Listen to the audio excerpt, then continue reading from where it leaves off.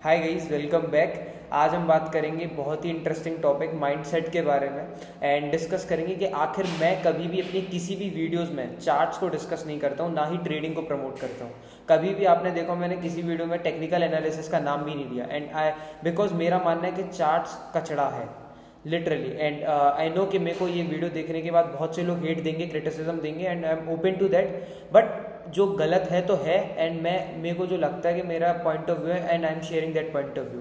अभी देख के बहुत एग्रेसिव हो गए होंगे कुछ लोग, बट वीडियो को एंड तक देखना एंड मेरे को लॉजिक के साथ आंसर्स करना। अब सुनना भाई, मैं कभी भी चार्ट्स वगैरह की बात नहीं करता हूँ ट्रेडिंग के अपने चैनल पे। इसके पीछे का जो सोल रीज़न है, क्योंकि मैं एक्टिव इन्वेस्टिंग में मानता हूँ। ठीक है, एक्टिव इन्वेस्टिंग में मैं कंपनीज को, उनके फाइनेंशियल्स को ट्रैक करता हूँ, उनकी मैनेजमेंट की गाइडेंस को देखता हूँ, कॉन कॉल्स पढ़ता हूँ। कॉन कॉल्स पढ़ने से मुझे जो समझ आता है मैं उस पर पैसा लगाता हूँ एंड एज अ रिजल्ट जब हर क्वार्टर में कंपनी को ट्रैक करता हूँ, क्वार्टरली रिजल्ट्स देखता हूँ, हर क्वार्टर में कॉन कॉल्स पढ़ता हूँ, एग्जीक्यूशन उनका ट्रैक करता हूँ। अगर उनका एग्जीक्यूशन सही है देन मैं और पैसा लगाता हूँ एंड अगर आप देखोगे इन दिस वे पैसा बनता जाता है। V2 रिटेल के साथ भी मैंने ये प्रोसेस करा, टाइमेक्स के साथ ये प्रोसेस करा। मैंने इतने स्टॉक निकाले सेम प्रोसेस में, ब्लू स्टार निकाला, ईपैक निकाला, बहुत सारे स्टॉक्स ऐसी प्रोसेस पे निकाले एंड एग्जिट भी करें, क्योंकि आगे जाके गाइडेंस उनका कम हो गया या फिर सेल्स ग्रोथ कम हो गया, कुछ दिक्कत आ गई, डिमांड सप्लाई में दिक्कत आ गया। ठीक है, तो मेरा जो माइंडसेट है वो एक्टिव इन्वेस्टिंग वाला है। मेरे को एक चीज़ बताओ आप कि भाई एक चीज़ जैसे चार्ट्स है, अब जैसे रिसेंटली BLS का एग्जांपल ले लो आप। BLS के केस में ये जो न्यूज़ आया उनका 12% रेवेन्यू वाला, इससे आपको देख के पहले पता चल रहा था क्या कि भाई BLS का स्टॉक गिरेगा भी? हो सकता है आगे जाके, क्योंकि नेगेटिवली रिएक्ट करेगा ऑब्वियसली, कल जाके स्टॉक गिरेगा BLS का मोस्ट प्रोबेबली, क्योंकि नेगेटिव न्यूज़ है। तो आप ये चीज़ पहले चार्ट देख के बता पा रहे थे क्या? एक मोस्ट इंपॉर्टेंट चीज़ जो मैं बोलने वाला हूँ, मार्केट फॉरवर्ड लुकिंग है, हमेशा ध्यान रखने की चीज़। Market is a forward looking engine and आप ये चीज़ अगर ध्यान रख लोगे you can excel in market. एक बात बताओ, चार्ट जो है वो पुराना डेटा प्रेजेंट कर रहे हैं, मार्केट फ्यूचर को देख रहा है, चार्ट्स पुराने डेटा को देख रहे हैं, फ्यूचर के हिसाब से प्राइसिंग होगी स्टॉक की एंड आप क्या प्रेडिक्ट कर रहे हो? प्राइस, उसके जो प्राइस मूवमेंट था पास्ट में उसके हिसाब से मूवमेंट प्रेडिक्ट कर रहे हो। एक सिंपल सा सिनेरियो लेते हैं, कोई कंपनी था लेट से XYZ, वो अभी तक 50% से अपने सेल्स को ग्रो कर रहा था। ठीक है, आज तक समझ लो, आज तक उसने 50% के सेल्स से ग्रो करा एक दो साल के पीरियड में। स्टॉक भी अच्छा रिटर्न बना रहा था, स्टॉक ने भी अच्छा दुगना तिगना हो गया, स्टॉक बढ़िया रिटर्न बनाया।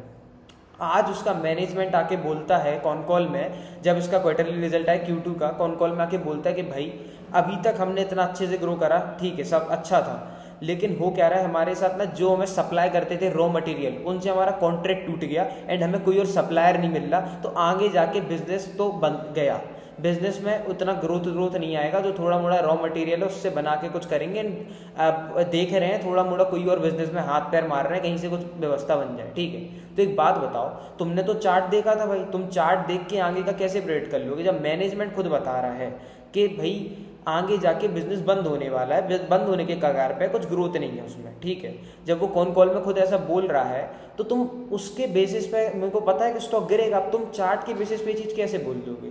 एंड बोल भी अगर दोगे ना तो तुम्हारा हमेशा सही तो होने नहीं वाला। अगर तुम्हारा 50% से ज़्यादा का एक्यूरेसी है ना भाई, तो तुम अलग लेवल पे हो। फिर इतने बड़े बड़े जो बिलीनियर्स बैठे भाई, ये अपना पैसा ट्रेडिंग में ना लगा दे। तुम जैसे 1000 चार्टिस्ट को बुला के बिठा के ट्रेडिंग में पैसा लगा दे, अरबों खरबों ऐसे ही कमा ले। इतने बड़े बड़े सेटअप क्यों बनाए? मतलब कोई सेंस है इस चीज़ का? एक बात बताओ मेरे को, और मेरे को I am open to hate जो मुझे मिलेगा, बट जो सही है तो मैं सही का सामना कर रहा हूँ भाई, जो गलत है तो है यार। चार्ट्स वगैरह सब कचड़ा है मेरे लिए and I am damn confident कि भाई है तो है।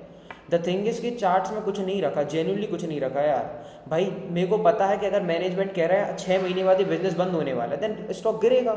इतना कॉम्प्लेक्स क्यों करना चीज़ों को? इतना चार्ट फलाना, technical analysis, indicator, voice, volatility, volume वगैरह लगाना क्यों करना भाई? सिंपल चलो ना, मैनेजमेंट जो कह रहा है बिजनेस पे पैसा लगाओ। बिजनेस कैसे होता है? बिजनेस की ग्रोथ पे पैसा लगाओ ना। मान लो वही आपने कुछ भी मेथड्स लगा के कर भी लिया, 50% से ज़्यादा एक्यूरेसी अगर आ रही, तो वही चीज़ है ना कि इतने बड़े बड़े बिलीनियर्स बैठे, तो वो फ्री थोड़ी बैठे, मतलब वो ऐसा कर ना रहे होते, इतने सारे चार्टिस्ट को एक्वायर कर लेते। एंड एक चीज़ और, एक और क्वेरी, एक जन का था कि भाई फंडामेंटल्स में चेंज आने के पहले ना चार्ट रिफ्लेक्ट कर देता है। बात को बहुत लॉजिकल से समझना, बहुत इंपॉर्टेंट बात है। फंडामेंटल में चेंज आने के पहले चार्ट रिफ्लेक्ट कर देता है, एक जन ने ऐसा बोला। ठीक, इसका आंसर है मेरे पास। अगर आप एक्टिव इन्वेस्टिंग फॉलो करोगे, जिसमें आप हर क्वार्टर कंपनी की इन्वेस्टर प्रेजेंटेशन और कॉन कॉल को पढ़ोगे, तो आपको पता चल जाएगा कि आगे जाके उसके फाइनेंशियल्स कैसे होने वाले, आगे उसका फ्यूचर क्या है, पता ही चल जाएगा। I am damn confident for that. ठीक है, अगर पता चल मतलब एक अप्रोक्स अंदाजा लग जाता है। कुछ कंपनीज नहीं देते हैं गाइडेंस, कुछ देते हैं गाइडेंस एंड कुछ एक अप्रोक्सिएशन लगा लिया जाता है कि यार ये इतना कैपेसिटी एक्सपेंडिचर कर रहा है, कैपिटल एक्सपेंडिचर, तो इसका कैपेसिटी इतना बढ़ जाएगा तो लगभग 20% का सेल्स ग्रोथ आ जाएगा।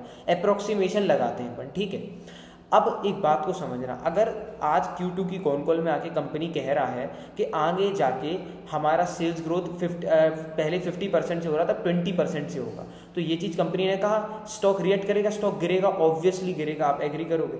अब ये चीज़ आप चार्ट अब वो बोलेंगे क्या कि फंडामेंटल्स में चेंज आया 20% वाला 3 महीने बाद, तो फंडामेंटल्स में जो चेंज आया वो चार्ट ने रिफ्लेक्ट कर दिया हमको।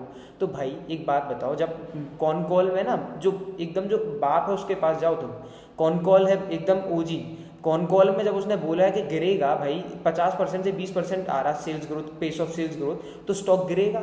एंड स्टॉक गिरेगा, तुम उस चार्ट को ट्रैक कर रहे हो, तुम उसके ओरिजिन पे नहीं जा रहे हो। ओरिजिन पे जाओ, ओरिजिन है कॉन कॉल, कॉन कॉल पे जाओगे तो तुम्हें पता चल जाएगा कि चार्ट में क्या चल रहा है। चार्ट में क्या होगा, वॉल्यूम कम आने लगेंगे स्टॉक की, एकदम से सप्लाई ज़्यादा हो जाएगा और स्टॉक गिरने लगेगा। तो उस चार्ट से तुम फंडामेंटल आगे का प्रेडिक्ट कर रहे हो कि 20% हो जाएगा। आई एग्री टू दैट कि तुम वो चार्ट देख के वॉल्यूम देख के पता कर लोगे सप्लाई ज़्यादा हो रहा है, स्टॉक गिर रहा है करके, कि आगे जाके इसका फंडामेंटल इम्पैक्ट होने वाला है, 20% हो जाएगा सेल्स ग्रोथ। ठीक, पर तुम ओरिजिन पे जाओ ना भाई, कॉन कॉल में साफ साफ बोल रहे, इतना कॉम्प्लेक्स क्यों कर रहे हो भाई चीज़ को, बात को समझो। कॉन कॉल अगर तुम करने लगोगे, इन्वेस्टर प्रेजेंटेशन पढ़ोगे, कुछ नहीं रखा ट्रेडिंग एंड ऑल में जेन्युइनली। और होता क्या है कि ये जो अब जैसे कल्याण है, लोगों ने 50 रुपये में ट्रेड करा, 100 रुपये ले गए, कहीं से ट्रेडिंग करके छोड़ दिया, 800 तक ले गया स्टॉक, 500 पे है अभी गिर गया, लेकिन कहाँ से कहाँ क्या जर्नी ले गया, वो मिस हो जाता है ना momentum. The thing is that. और ट्रेंड का स्टॉक है, ट्रेंड का स्टॉक गिरा, वो भाई तुमको पता था क्या कि 50% से इतना ज़्यादा गिर जाएगा, तुमको कैसे पता चला? जब पेस ऑफ सेल्स ग्रोथ कम होने वाला लगा तो वो स्टॉक गिरा, उसके पीछे का रीजनिंग ये है।